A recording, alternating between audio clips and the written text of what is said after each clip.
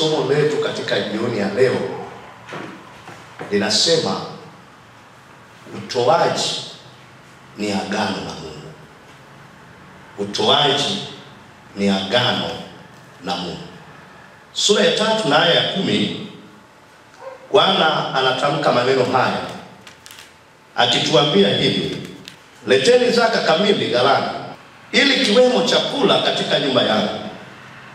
Mkanijaribu kwa njia hiyo, asema Bwana wa majeshi, mjue kama sitawafungulia madirisha ya mbinguni na kuwamwagieni baraka hata isiwepo nafasi ya kutosha au la. Utoaji ni agano na Mungu, na swala la zaka ni amri ya agano kati ya Mungu na mwanadamu. Yaani sio kitu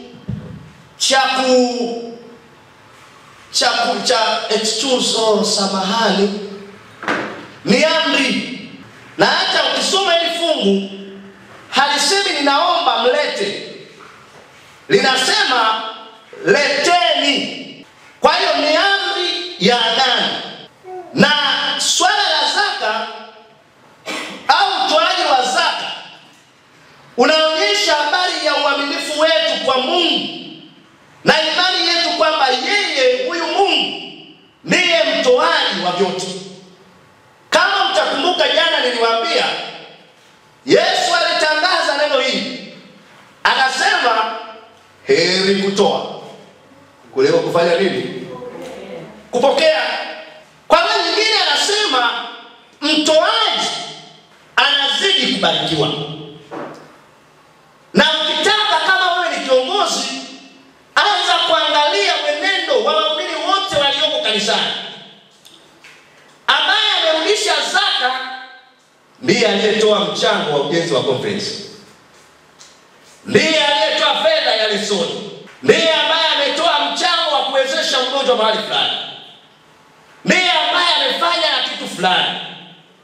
Alafu aliyezuia hajaleta zaka, hajatoa mchango wa conference, hajatoa sadaka ya kusaidia wahitaji, halafu bado anazidi kuwa mhitaji. Hamjawahi kukutana na vitu hivyo? Kwa hiyo ana kazi ya kuzuia. Kwa hiyo ninachotamani kueleza jioni ya leo kwa neema ya Bwana ni kutambua ya kwamba zaka ni agano, amri ya agano kati ya Mungu na mwanadamu. Na nikutambua ya kwamba utoaji wa zaka unaonyesha uaminifu wetu kwa Mungu na imani yetu kwamba yeye ndiye mtoaji wa vyote. Hauwezi ukaving'ang'ania, maana sio vyako.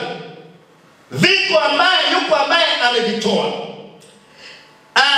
Swala la kuweka ile agano, tunapotoa na tunapojifungamanisha na agano la baraka la Mungu, zaka ni sehemu takatifu ya mapato ya kila mtu. Unapotoa, unapojiunganisha na Mungu, zaka inakuwa sehemu takatifu ya mapato ya kila mtu. Ni amri ya Mungu, si mapendekezo. Si mapendekezo ya mchungaji wa mtaa, si mapendekezo ya kamati kuu ya conference, si mapendekezo ya union. Zaka ni amri ya Mungu, si mapendekezo. Kwa hiyo siweke kwenye grupu la mimi ningefikiri sasa tungeitoa zaka iwe 10%. Hapana, haiko hivyo. Hili sio pendekezo la kiongozi wa dini. Hili ni amri ya Mungu. Na wakati mwingi mimi ninapozungumza zaka na kuwa serious. Hii zaka inaweka agano kati ya Mungu na mtoaji. Na zaka ni kutia agano ambalo ni ishara ya uaminifu kwa Mungu. Ishara ya uaminifu kwa Mungu. Na ndio maana huyu Mungu ambaye tunaongea habari zake, Mungu ameweka agano na watu wake kwamba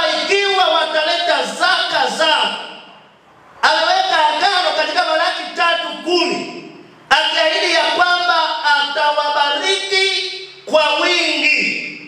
Lakini ikiwa wanashindwa kuwa waaminifu, wanavunja agano hilo na baraka zake haziwezi kushikamana nao. Ninyi Rombo ni watu wema, na naamini ya kwamba asilimia huenda ikawa 90 ya wakaji wanaweza wakawa madereva, wakawa wanaendesha magari. Ukiendesha gari alafu kama kipindi hiki cha unyevu, halafu kapita hapa hivi, gari nikanata hivi, mnajua kunata, hebu sema kunata. Yaani ukinyosha mguu kanyaga, tairi zinazunguka, haziendi mbele, hazirudi nyuma, haziendi mbele, hazirudi nyuma, haziendi mbele, hazirudi nyuma, haziendi mbele, hazirudi nyuma, limenata. Na unajua kuna ambao katika safari ya imani wameshindwa kuwa waaminifu mbele za Bwana, na maisha yao yamenata. Yaani yamenata. Hawaendi mbele, hawarudi nyuma. Kitanda cha mwaka jana cha mwaka huu, kiti cha mwaka jana ndicho cha mwaka huu, swidini cha mwaka jana, hakuna badiliko lolote. Hata sasa Desemba hii imefika mwisho. Ile nawaambia mzee, ukiingia ndani, ukitazama, jitathmini mwenyewe tu. Angalia vifaa vyako pale ndani. TV, hebu sema ile TV, kitanda, viti, godoro. Ukishakuta hivyo, na Desemba hii mwaka unapinduka, ingia chumbani, dizia mama ameenda sokoni. Akishapanda hapo stand hapo, ingia chumbani, kunja kitanda. Alafu mama akija atakuta mabadiliko. Anaanza kuuliza, jamani kulikoni? Amwambie tu vizuri kwamba mama, samahani, nimetazama kwa mwaka mzima sijafanya lolote. Sasa hivi nikiulizwa umefanya nini? Na mimi mwaka huu nimegeuza kitanda. Sasa tulikuwa tunalala kuelekea hivi, sasa hivi wote tutalala kuelekea huko. Kitu ni kile kile, umenata utoki. Na sababu ya kunata ni kushindwa kutia agano. Huyu Mungu kwa yeye ameweka agano na watu wake, na ameweka dhahiri ya kwamba ikiwa tutaleta zaka atatubariki kwa wingi, sio kidogo. Haleluya. Ndio nawaambia kwamba usiseme tu vikuku. Hapana, sema na kuku. Haleluya. Sema na ng'ombe wangapi? 3. Haleluya. Na ving'ombe vyangu tu ving'ombe. Hivyo 3 Bwana hivi. Wenyewe niwaulize swali lingine. Mnakumbuka yule mama aliyeambiwa na mtumishi wa Mungu ya kwamba una nini mkononi mwako? Akasemaje? Akasema nina kichupa kidogo cha nini? Cha mafuta. Alafu akaambiwaje? Enenda ukakusanye vyombo kwa nini?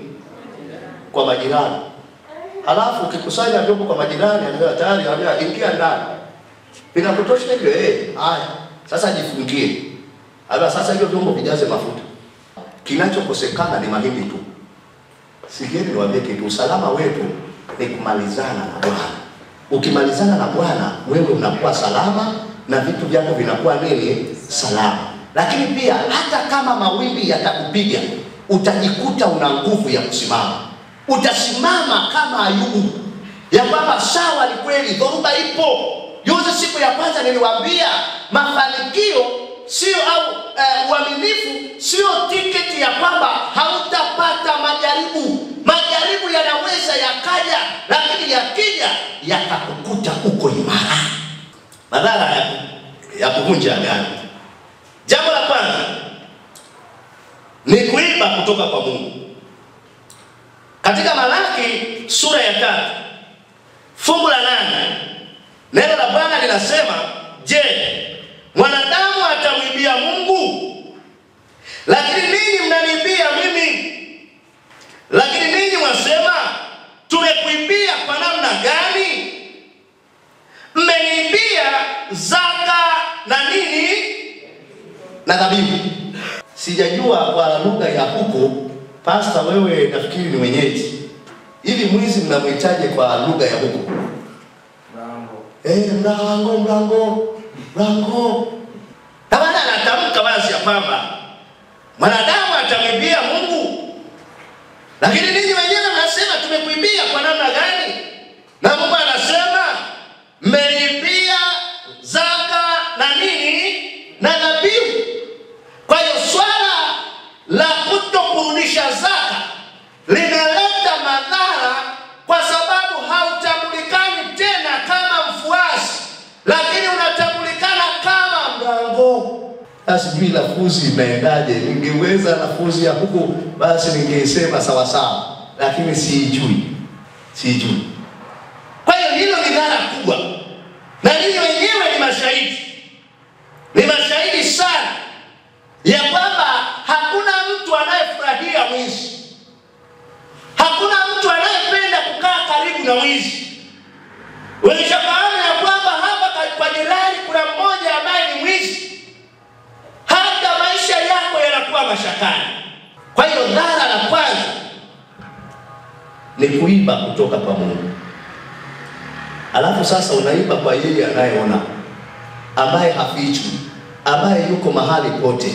Ukisoma katika kitabu cha Zaburi, onyesha wazi ya kwamba Mungu ni Mungu aliyeko kila mahali.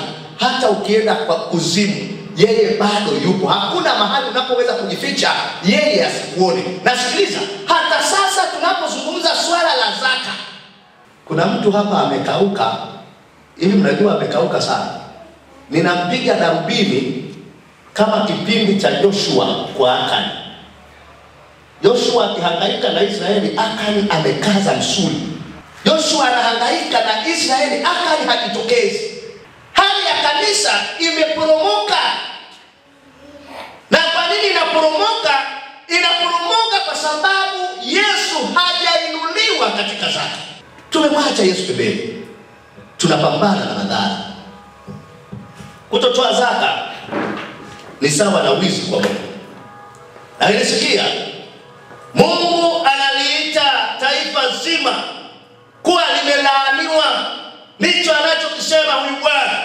Anasema taifa zima limelaaniwa. Si kosa la kifedha, bali ni uvunjaji wa uaminifu katika agano.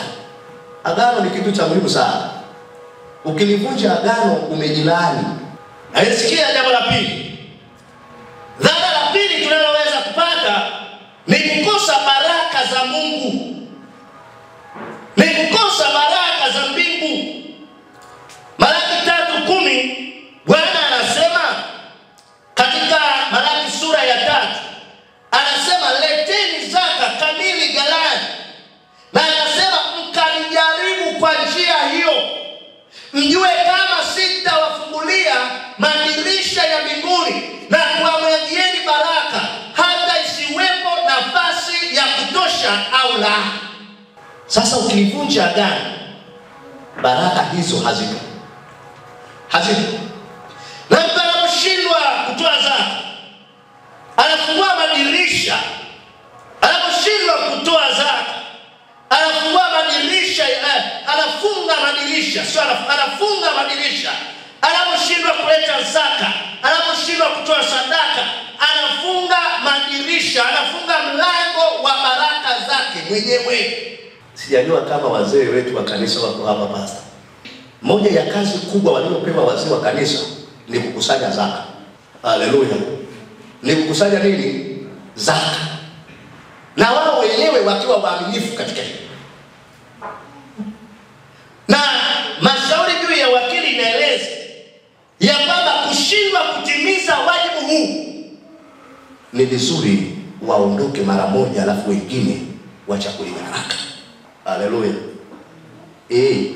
Yaani ni maumivu lakini iko sawa.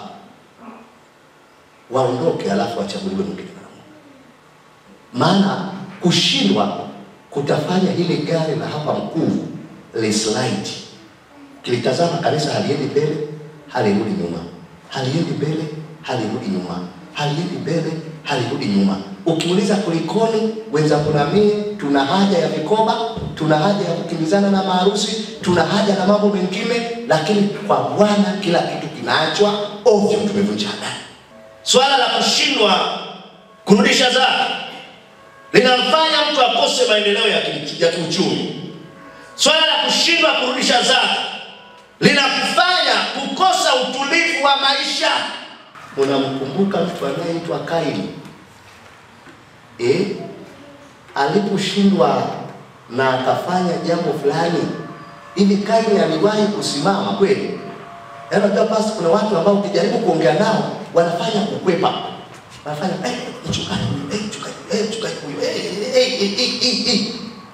lakini unajua kwa nini?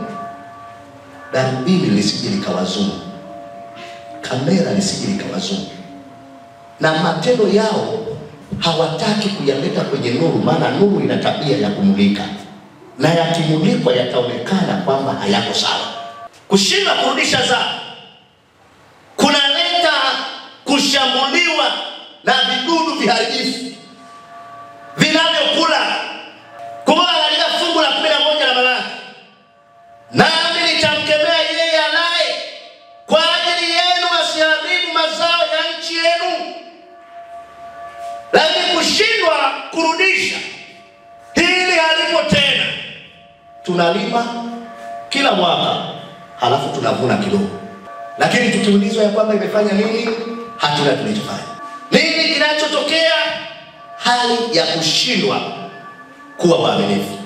Kwa hiyo kutotoa zaka hufunga mlango.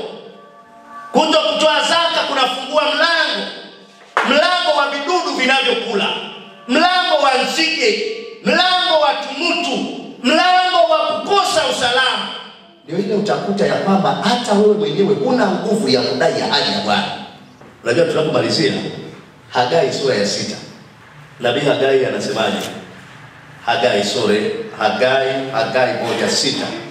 1:6 anasema, tutaenda mpaka fungu la 9.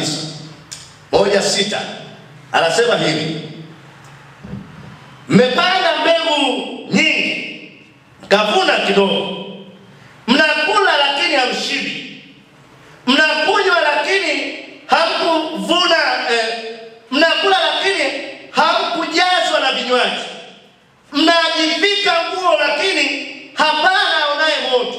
Na yeye apataye mshahara apata mshahara na kutia katika mikono au mifuko uliotoboka. Bwana wa majeshi asema hivi: zitafakarini njia zenu. Sikia wanadamu, tafakari mwenendo wa mapato yako na matumizi yako. Tafakari namna unavyoanza matumizi yako. Ni nini kinachokuwa cha kwanza katika kupanga budget? Hili ni zaka ya Bwana, ni sadaka ya Bwana, au ni vitu gani? Tafakari kwa kina swala la mwenendo katika matumizi ya mali. Jana niliwaambia wengine wanasema nimeshatoa zaka, nimeshatoa sadaka, hili kilichobaki ni changu Bwana. Na nani kwambie vile vinavyobaki, ile 80% inayobaki mikononi mwako ni ya Bwana, na Bwana anahitaji taarifa ya matumizi yake. Jambo la 4 ni kukosa uhusiano wa karibu na Mungu. Kwa sababu tumeshindwa, hasa Mungu anakaa mbali. Tunaita wala hasikii, hasikilizi.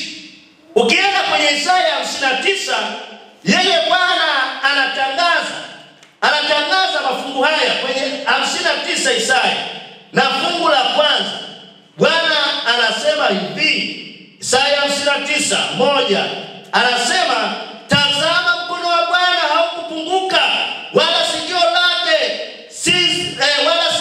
mkono wa Bwana haukupunguka hata usiweze kuokoa, wala sikio lake si zito hata lisiweze kusikia. Fungu la 2, lakini maovu yenu yamewafarakanisha ninyi na Mungu wenu, na suluhisho la zaka ni kulipa. Kila unachokumbuka, kila senti unayokumbuka unapaswa kulipa. Jambo la 5, swala la kushindwa kurudisha zaka linatuletea madhara yanayoharibu ushuhuda kwa Mungu.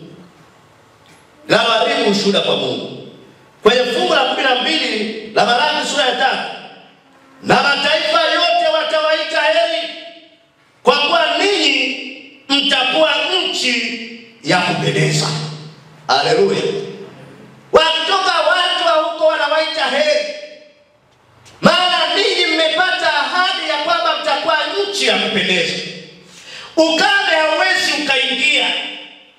Ukilima katika mfereji upande wa chini unavuna. Ukilima upande wa juu unavuna.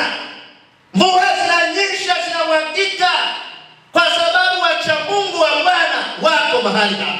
Jambo la 6 ni swala la kupoteza fursa za kiroho. Hili ni dhara kubwa sana la kupoteza fursa za kiroho. Kukosa muda wa kusoma, kukosa muda wa kuwa na uhusiano na Mungu. Ukisoma Luka 16 fungu la 10 na hadi lile la 12, aliye mwaminifu katika lililo dogo basi huwa mwaminifu katika mengi. Haleluya. Jana niliwaambia 100 zaka yake ni shilingi ngapi? 10. Hiyo 10 ina thamani tena kubwa. Wewe ndio unasema hii ni 100 haifai. Watoto chukueni mkanunue kipi? Wahasibu wako hapa. Lakini hiyo 10 ukichukua na 10 na 10 ya fulani ukiweka toto, unaweza ukalia ukasema hili deni limekujaje? 10 tu.